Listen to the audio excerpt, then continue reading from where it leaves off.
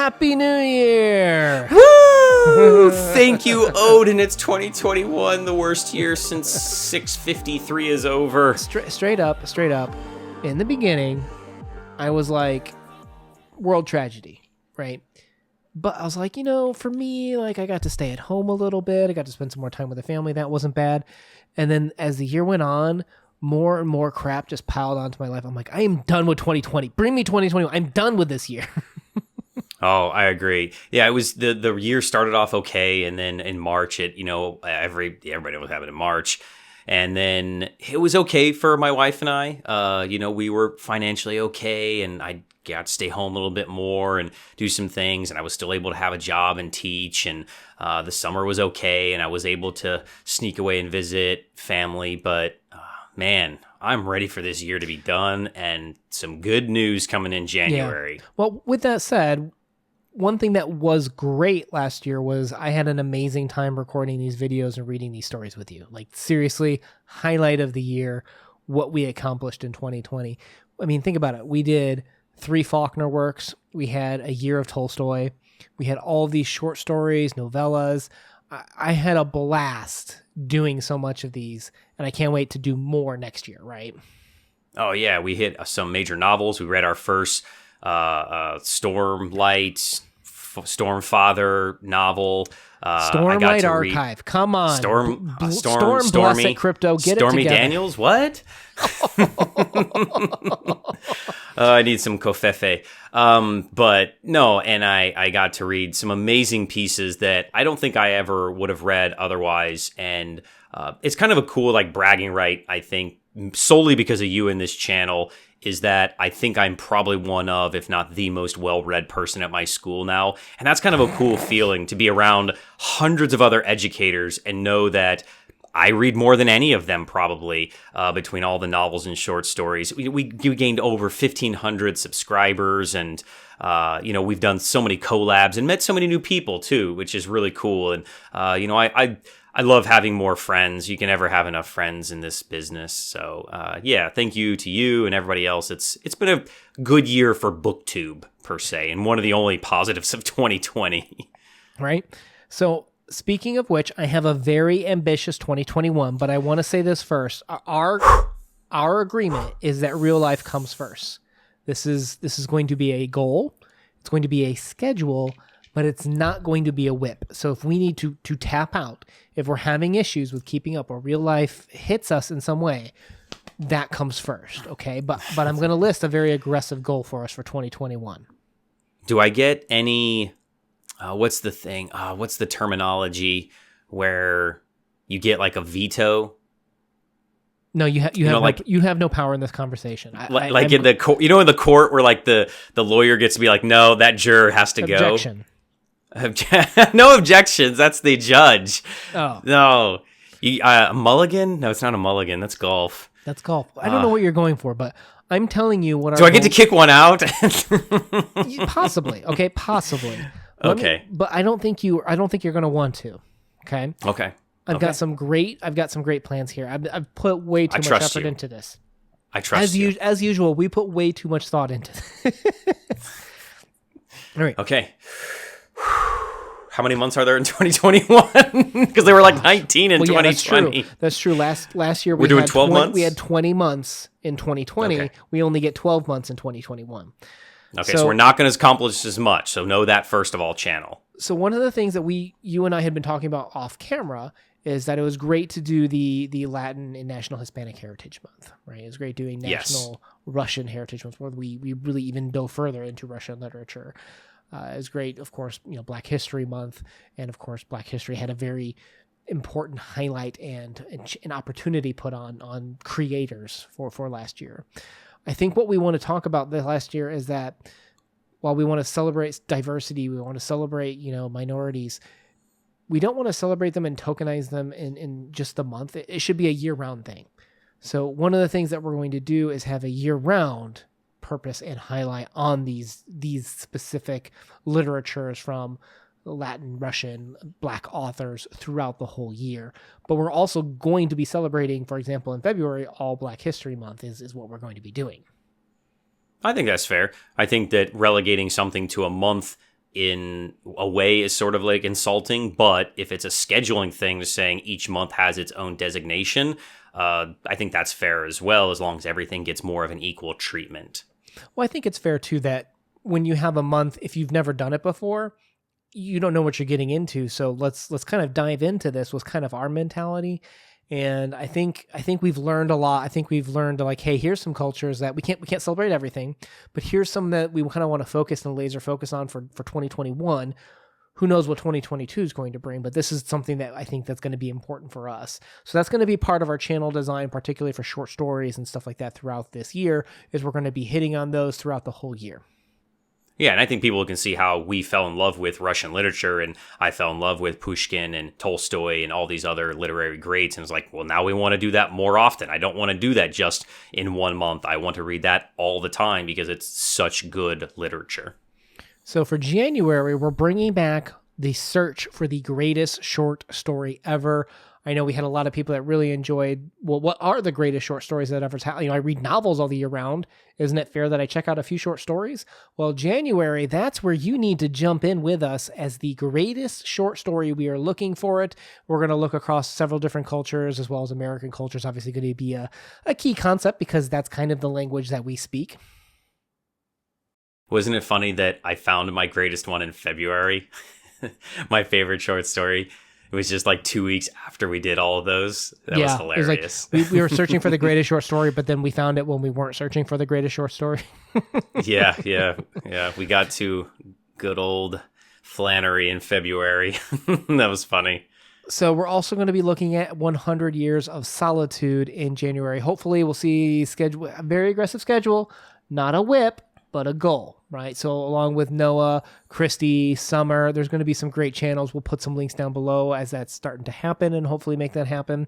And then we're going to lead into February, which I'm more excited about because we also discovered Zora Neale Hurston last year.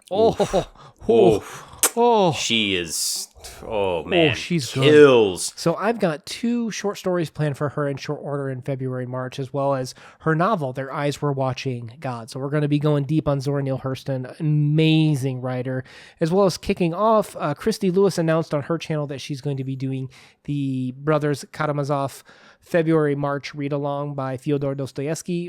We couldn't resist. We raised our hand, can we help?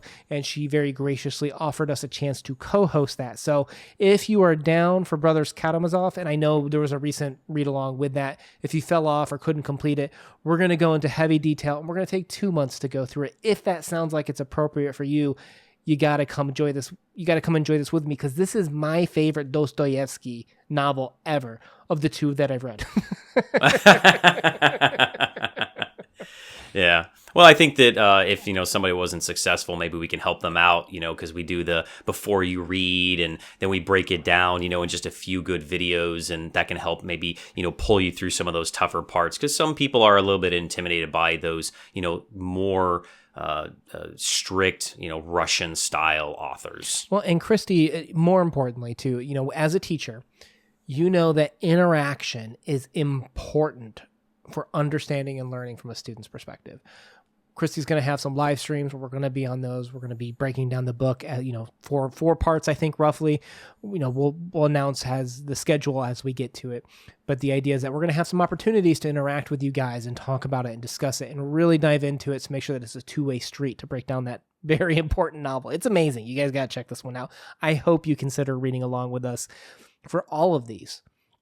If you're interested in reading along with these, we want to know in the comments down below because that's going to be important for us also for scheduling. Now, for quarter 2, let's talk about sci-fi, fiction, and fantasy, okay? We've got... Ooh, that's my bread and butter. We got Slaughterhouse-Five, my favorite novel of all time, across all authors, across all literature. Slaughterhouse-Five is my jam. We exposed you to it with the graphic novel, and we're reading it with one of the greatest channels out there. Leslie from the Nerdy Narrative will be doing this story with us. Now, has she read it? She has not. So both you okay. and her, you're both virgins in the sense of this book. Okay, because I was like, if she's read it, that's not fair. And I'm going to feel like the moron here. I feel like the, third wheel. But all right, so you are the only one that has read this supposed greatest novel ever written. All right, so that's exciting. Drop supposed. It's the greatest novel ever written. So the supposed greatest novel ever written. Greatest novel ever written. If you would like to read that, we would love to know down below. We're gauging interest on all of these. Please let us know if you'd like to do a read along on all of these, and we'll see what we can make in terms of interactive and having some fun with these books, because I'm telling you, these books they're going to be a lot of fun. Brothers Karamazov and Slaughterhouse-Five are quite interesting. Now, the other things that we're kind of looking at for quarter 2 in terms of fantasy, I was looking at, we got to finish The Dark Tower. Okay. Yeah, we failed that one, didn't we? We did not make it to The Dark Tower in 2020. That was a 2020 fail. But that's okay. We had some other stuff in there that was good. But we're also going to be looking at the Stormlight Archive. We have the Words of Radiance that was purchased for us by Leslie. I'd love to continue that as well. There's going to be some loose play there between how we schedule those. But those are kind of what we're looking at in terms of finishing up this year. That would be what, like March-ish? April for? Quarter 2. That's all the info I'm going to give you. Okay.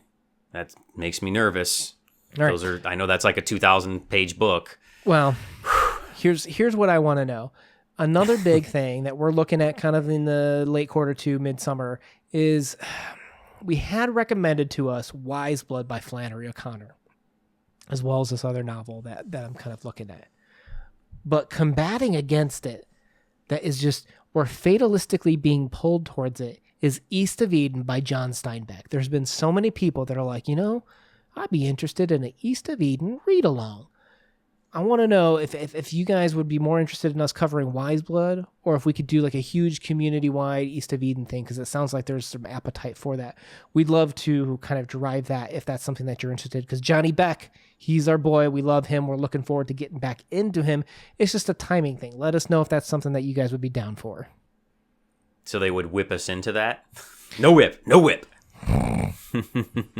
All right, so let's talk about some cultural things. So in terms of Japanese literature, obviously it was my minor in college. It's something that I need to continue to push forward. That's something that I'm going to push throughout the year. Now, something that I've never really had an interest in, this writer named Haruki Murakami. Murakami?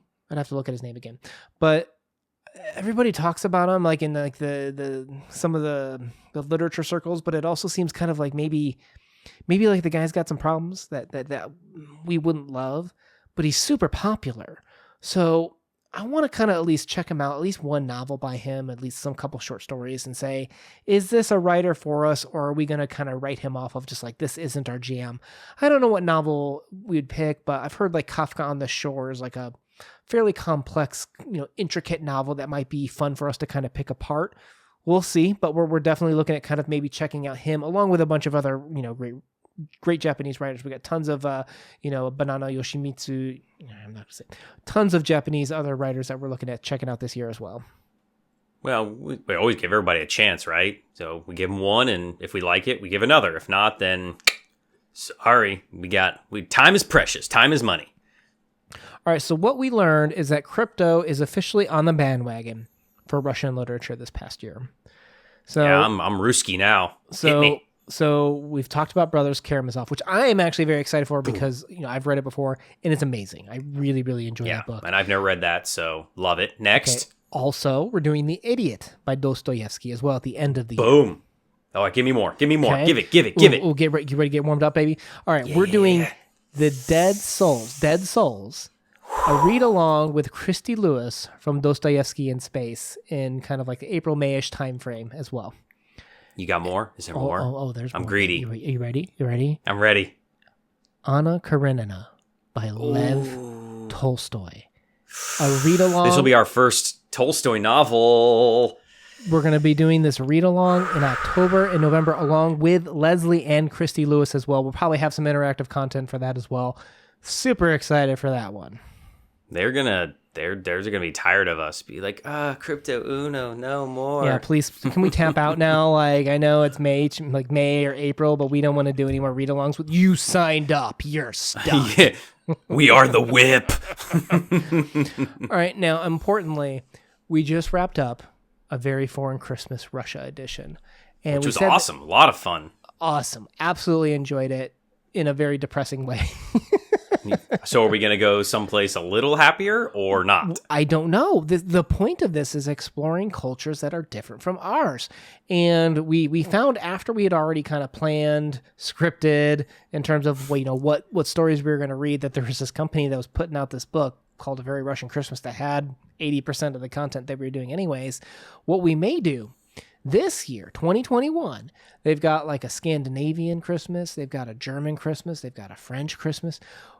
We could do one of those, but I think what we want to do is explore a very specific culture this Christmas as well. So I think we're going to repeat that because I had so much fun with this past year's with Christy Lewis. If you guys heard about Christy Lewis, Yeah, we haven't mentioned her yet. Well, we could do, well, let us know in the comments below. And if there's a specific one that most people say, hey, do this one because we loved your videos and we want to do that, we could do, whatever one you guys want us to. If not, then maybe we'll flip a coin or see whoever wants to go on a new Christmas sleigh adventure with us. All right. Last section here, author spotlights. Have you heard about a writer named William Faulkner, Crypto? Yeah, Billy Falk. I think I've read a couple of his books, right? Billy Fox, you want to get fucked up again? We're going to continue the fucked up journey, right? So okay, yeah. So I introduced you to his greatest novel, in my opinion, The Reavers. Absalom, right? Yeah, we read that one too. I forgot. And then everybody else's opinion, The Sound and the Fury, right? So Orcs of the Reavers, me. Right. So what we did is we skipped the gateway drug. Okay, we skipped Gateway Faulkner, which was actually my first William Faulkner ever. As I Lay Dying.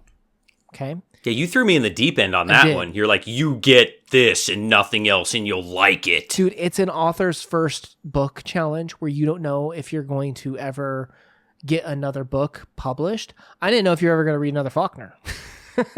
It was tough. It was touch and go there. All right, let me try to say it real quick.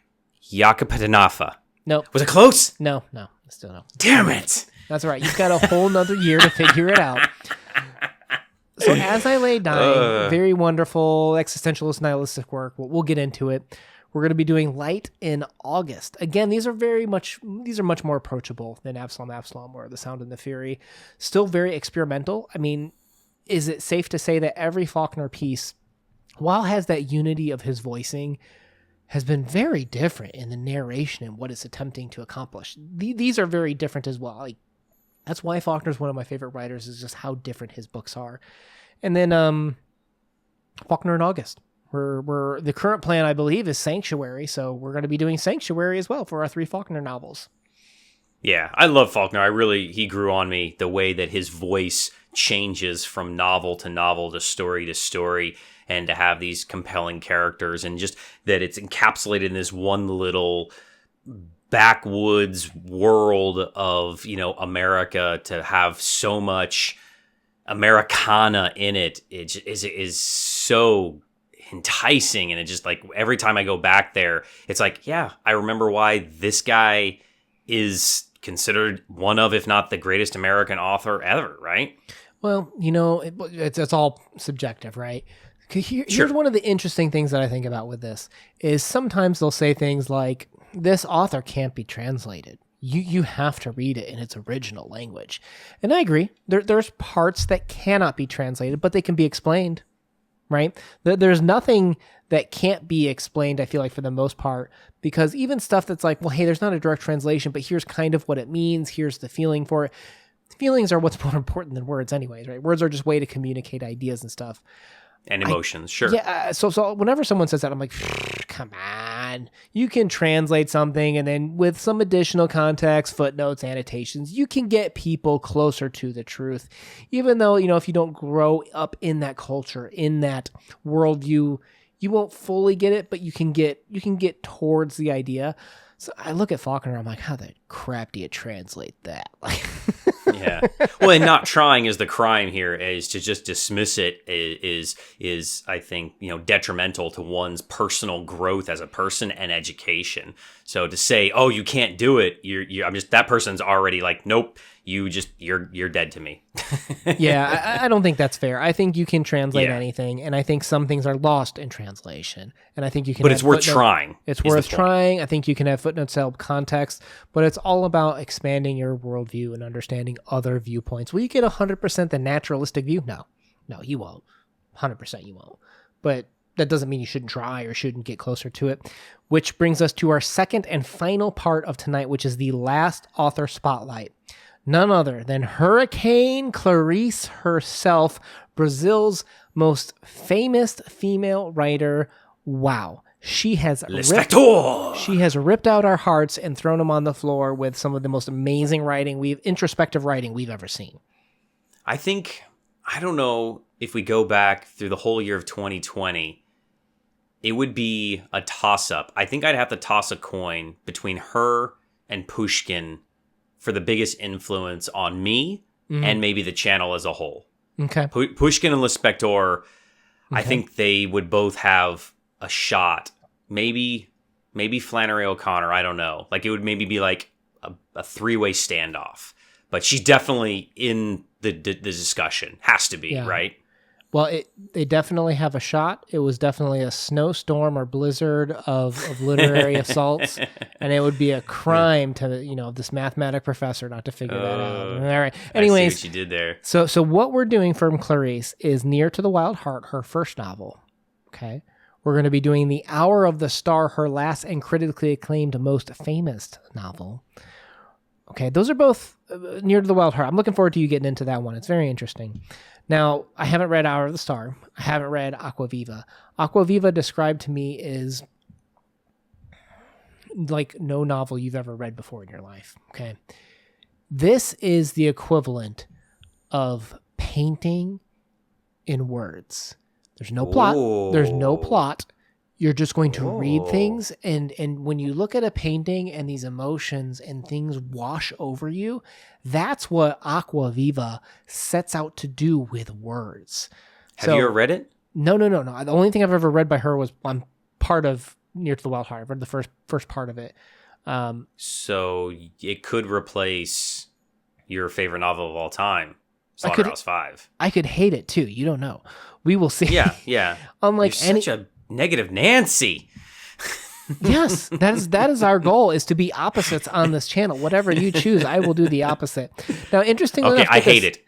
I love it already. I'm telling you, I'm just gonna love it. So for a channel first, we are doing a children's book by Clarice Lispector called "The Woman Who Killed Fish." And here's what I love about this. Is some critics have said, well, we understand your children's literature, but we don't understand your adult literature. And I love the acerbic tone that she responded with. Am I supposed to write stuff that to your level? Like, oh man, that's a burn, right? Well, get this. So the title story, the woman who killed fish, or a fish. I may have dropped a determinate there. Is about when she was supposed to watch after her kid's fish, and she just her kid was going to be gone for a month, and she forgot to feed it for a couple days, and it died. Oh. One of the stories, she's like a super pet lover. She had this dog Ulysses, named after one of her psychotherapist, psychoanalysts, and it's just the point of view is the dog. You're the dog for the story, and he's looking at Clarice. Cool. That's pretty neat. That's unique. I like that. So that's. Are we gonna have the little Una on there on the children's story? That's a good question. Should I have Mason on for that story? For maybe. Sure. Yeah. Yes. Maybe. So guest star. Nobody cares about Christy or Leslie. They want Mason. So that'll no offense, ladies. That'll definitely be a pre-order. That if we learned anything from last year, I need to pre-order for you to make sure that it actually happens. Yep. 2 months in advance. So while that seems very detailed, there are tons of other things that I didn't mention in terms of probably, I'm going to guess I have about 100 short stories planned for us across these different cultures, across these different backgrounds and experience and worldviews.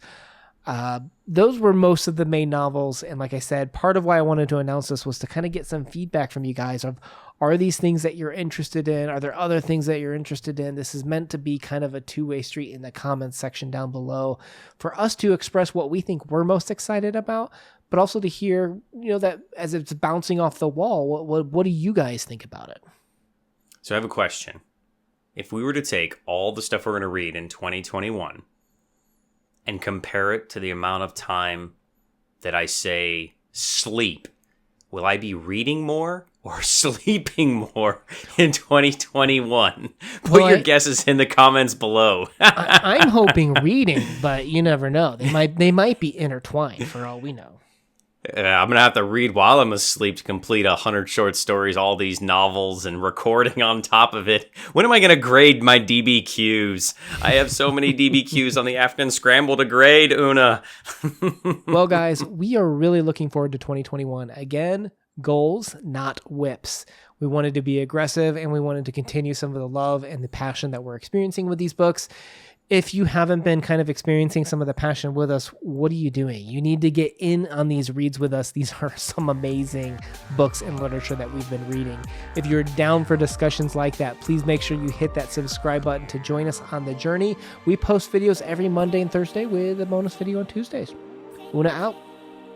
I whip my book around. I whip my book around. Peace.